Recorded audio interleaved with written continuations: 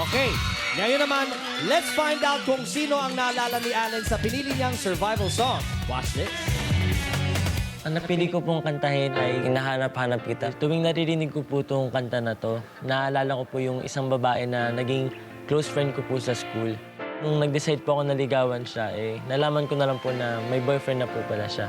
Bigo man ako sa kanya, okay lang dahil tinulungan naman po niya ako para ipagpatuloy yung isa ko pang love at yun yung pagkanta. Ang performance ko pong ito ay naalay ko sa mga taong in love at umaasang ma-in love balang araw. Sana hindi pa po ito ang huling pagkakataon para mapaibig ko kayo lahat.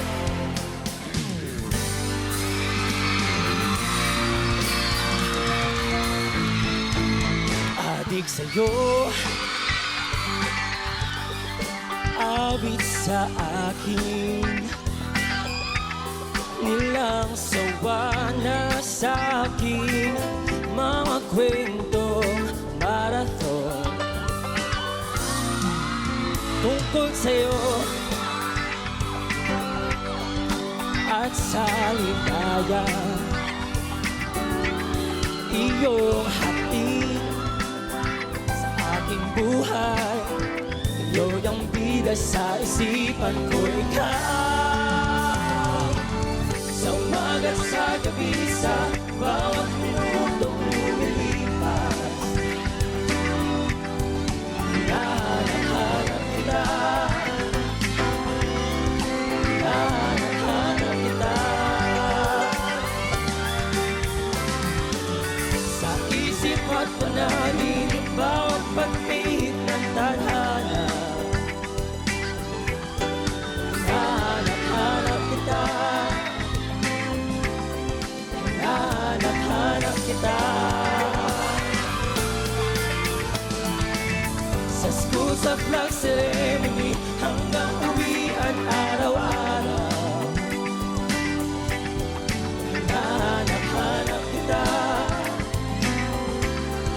hinahanap-hanap kita. At kahit na magkaanak kayo't magkatuluyan balang araw, hanap-hanapin ka, hanap-hanapin ka.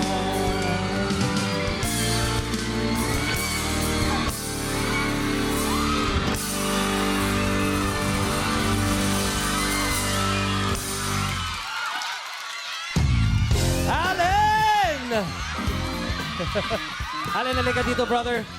Ang tanong dito, may hinahanap pa nga ba ang judges natin or satisfied kaya sila sa performance mo ngayon? Tanungin natin. Yang? Allen! Parang wala na akong hinahanap, ano? Yung connection mo sa fans, grabe. Napakaganda ng rapport mo sa mga girls natin and gustong-gusto ko yun about sa performance mo. And I know na hindi nasa best shape ang iyong boses ngayong gabi, pero hindi, tuloy-tuloy ka pa rin, lumaban ka pa rin, kahit narinig ko pumuputok na talaga yung boses mo sa paos. So, I like that spirit. Congratulations. Salamat po. Thank you, Yang. Dara. Ganun din yung sasabihin ko sa'yo, Allen. Kahit wala ka ng boses, tinuloy mo pa rin yung performance mo at nakasmile ka. Kaya pati kami napasmile. Dapat ganun ang performance level. Salamat Thanks, Dara. Vice? Kanun, una sa lahat, gusto ko mag-apologize sa'yo. Kasi, para sa akin, at feeling kaming apat, naniniwala kami na dapat wala ka dito ngayong gabi. You belonged last night to that one group na pinakamaganda ang performance. Minalas ka lang na kailangan talagang pumili lang isa sa grupo.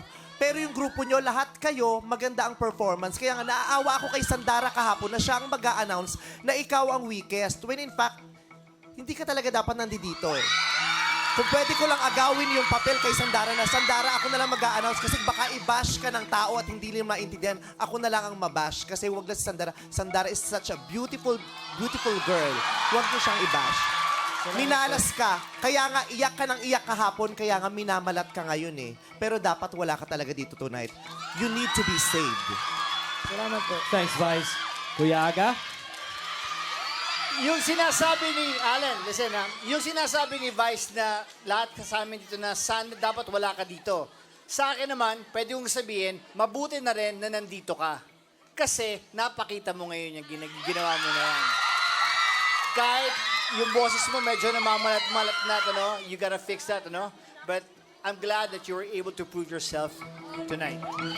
Thank you, judges.